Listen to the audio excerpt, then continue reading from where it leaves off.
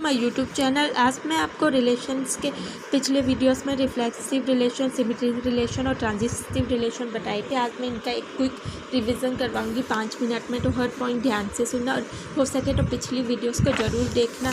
इनका लिंक मैं डिस्क्रिप्शन में डाल दूँगी। तो ये सबसे पहले हमारे रिलेशन में आता है, फर्स्ट टाइप से में आते पहला रिफ्लेक्सिव मैंने इनका हिंट दिया था कि कैसे याद रखने ना। ए सिमेट्रिक में सेकंड वाले 2 एलिमेंट से कंपेयर करना और ट्रांजिटिव में ए बी एंड सी। ठीक है, ये याद है। इसका अब एक बार रिवीजन करवा रही। तो सबसे पहले रिफ्लेक्सिव रिलेशन में बताया था मैंने, जिस सेट में ना कोई भी मतलब 2 ऐसे एलिमेंट हो जाए जहाँ पे x = y हो जाए। रिफ्लेक्सिव रिलेशन की कंडीशन है ना, जे मान लो हमारे पास एक रिलेशन है फ्रॉम ए टू ए कोई भी सेट है, ठीक है। उसमें से मैंने अभी वो सेट लिखा नहीं है, बट हमारा आर कोई भी रिलेशन है ना, तो आर में मान लो हमारे पास आ जाए 1 1 1 0 2 5 2 3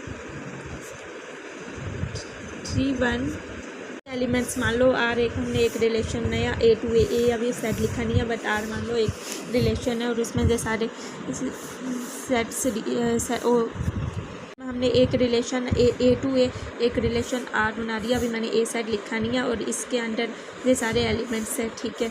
अब सबसे पहले रिफ्लेक्सिव के लिए मैंने क्या बोला था, क्या चेक करना, ए मतलब कि x = y। मतलब अब जो एलिमेंट चेक करने जिसमें पहला दूसरे की इक्वल हो, ऐसा कोई दिख रहा है आपको जहाँ पे पहला दूसरे के इक्वल हो? और इस दिख रहे हैं, हाँ, एक 1 1 दिख रहा है, एक 5 5 दिख रहा है। अब बताओ, लेकिन ये 1 0 2 5 ये सारे तो नहीं है, बट 1 1 एंड 5 5 है।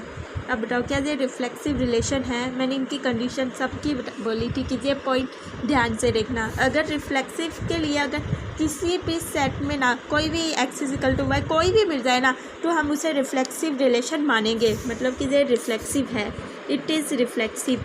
रिफ्लेक्सिव के लिए मान लो एक भी चलता है, बट सिमेट्रिक और ट्रांजिटिव के लिए नहीं चलता। ये खाली रिफ्लेक्सिव के लिए एक चलता है। ये पॉइंट जारी कर लो, मतलब कि रिफ्लेक्सिव बोलेगा वो एक में ही निपट जाता है, क्योंकि वो फर्स्ट टाइप है, उसके लिए ज़्यादा कुछ करना नहीं पड़ता, एक ही में निपट जाता है। बट सिमेट्रिक और ट्रांजिटिव होते हैं ना, वो बोलेंगे कि हमें सारे के एलिमेंट के चाहिए, एक से ही नहीं चलेगा। तो ये आ गया हमारे पास रिफ्लेक्सिव। अब ये वाला बताओ सिमेट्रिक है या नहीं? सिमेट्रिक, अब फॉर सिमेट्रिक के लिए मैंने क्या बोला था, ए बी कंपेयर करने के लिए 2 एलिमेंट चाहिए। मतलब कि अगर सेट में ना हमारे पास ए बी आ रहा हो ना, तो बी ए भी ज़रूर आना चाहिए। If A be in are, अगर ए बी हमारे आर रिलेशन में है ना, दिस इम्प्लाइज, तो बी ए को भी आर में होना चाहिए, तभी वो सिमेट्रिक होगा।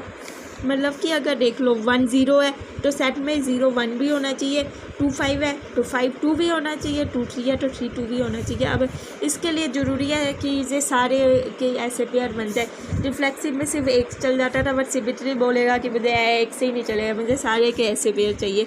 तो ठीक है, अब देखो है कोई सिमेट्री, सिर्फ इस एक में दिख रही है मुझे तो सिमेट्री। इसमें देखो जहाँ पे 1 1 की 1 1 1 1 इससे तो कोई फ़र्क नहीं पड़ता, बट 1 0 0 1 नहीं है, 2 5 5 2 नहीं है, 2 3 और 3 2 3 है और 3 2 भी है। देखो x y है, y x है, ये एक कर रहा है, एक हमारी कंडीशन से मैच कर रहा है, y a b and b a। क्योंकि जहाँ पे देखो a b अगर सेट के अंडर है तो b a भी सेट के अंडर है, एक हो गया। बट सिमेट्री की बट बाकी कोई मैच ही नहीं कर रहा। इस सवाल बोल रही हूँ, सब भूल जाते हैं, बट सिमेट्री की कंडीशन है कि सबका होना ज़रूरी है, और यही कंडीशन ट्रांजिटिव की है। बट रिफ्लेक्सिव में ऐसा नहीं होता, तो मतलब कि इट इज़ नॉट सिमेट्रिक।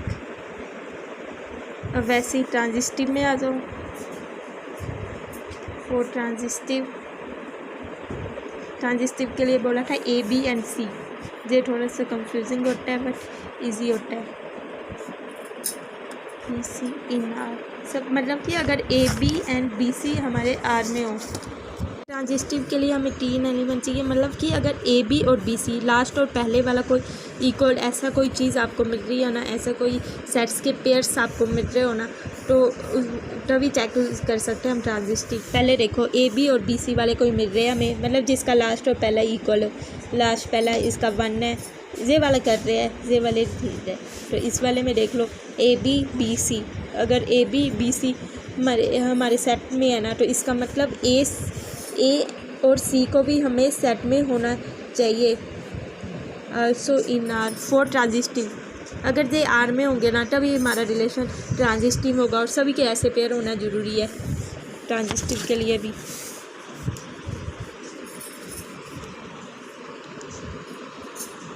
ठीक है, चेक करते हैं ट्रांजिस्टिव के लिए सभी के पेयर होना ज़रूरी है। तो 1 1 और 1 0 है, तो मतलब कि ए सी को भी होना चाहिए, तो 1 0 को होना चाहिए, और 1 0 देखो सेट में है, तो ये तो हो गया।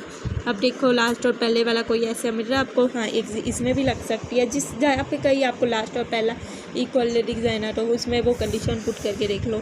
तो 3 1 1 2 आ रहा है, और 3 2 को भी आना चाहिए। 3 1 1 2 आ रहा है, तो 3 2 क्या आ रहा है सेट में, हाँ बिल्कुल आ रहा है। तो ये वाले तो हो गए, ये हो गया। और देखो और कोई ऐसा है जिसका पहला और जिसका लास्ट और पहला इक्वल हो, 2 5 और 5 5 में चेक कर लो, 2 5 सेट में है भी, ये वाला भी कर गया मैच। और कौन कौन से बचे, और भी देखो क्या पता और भी हो, क्योंकि एक भी छूट गया ना तो आपका आंसर गलत हो जाता है, इसे ही होता है थोड़ा सा।